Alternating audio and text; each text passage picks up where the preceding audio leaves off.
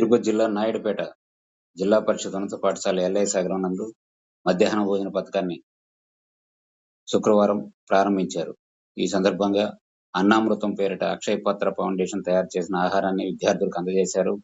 HM తోటి ఉపాధ్యాయులు ఈ ఆహారాన్ని పరిశీలించి తీసుకున్నారు. మధ్యాహ్నం భోజన పథకంలో భాగంగా అక్షయ పాత్ర ఫౌండేషన్ తయారు చేసి విద్యార్థులకు వేడివేడిగా అందజేస్తుందని నిర్వాహకులు చెబుతున్నారు. అక్షయ పాత్ర ఫౌండేషన్ ఆధ్వర్యంలో నాయుడుపేట మండలం, నాయుడుపేట పట్టణంతో పాటు సుమారు 60 పాఠశాలల్లో వీటిని అమలు చేస్తున్నట్లు నిర్వాహకులు తెలిపారు. వీటిని భోజనం ఒకే క్లస్టర్లో తయారు చేసి వేడిగా ఎప్పటికప్పుడు తాజాగా అందిస్తున్నట్లు నిర్వాహకులు చెబుతున్నారు. గతంలో ఏజెన్సీల ద్వారా ఎక్కడికక్కడ తయారు చేసి అందజేసేవారు. తాజా పరిస్థితుల్లో దీన్ని అక్షయ పాత్ర ఫౌండేషన్ తయారు చేసి అందజేస్తుంది. విద్యార్థులు శుక్రవారం ఎల్ఐ సాగరం ఉన్నత పాఠశాల నందు ప్రారంభించగా ఆహారాన్ని తీసుకుని ఆస్వాదించారు.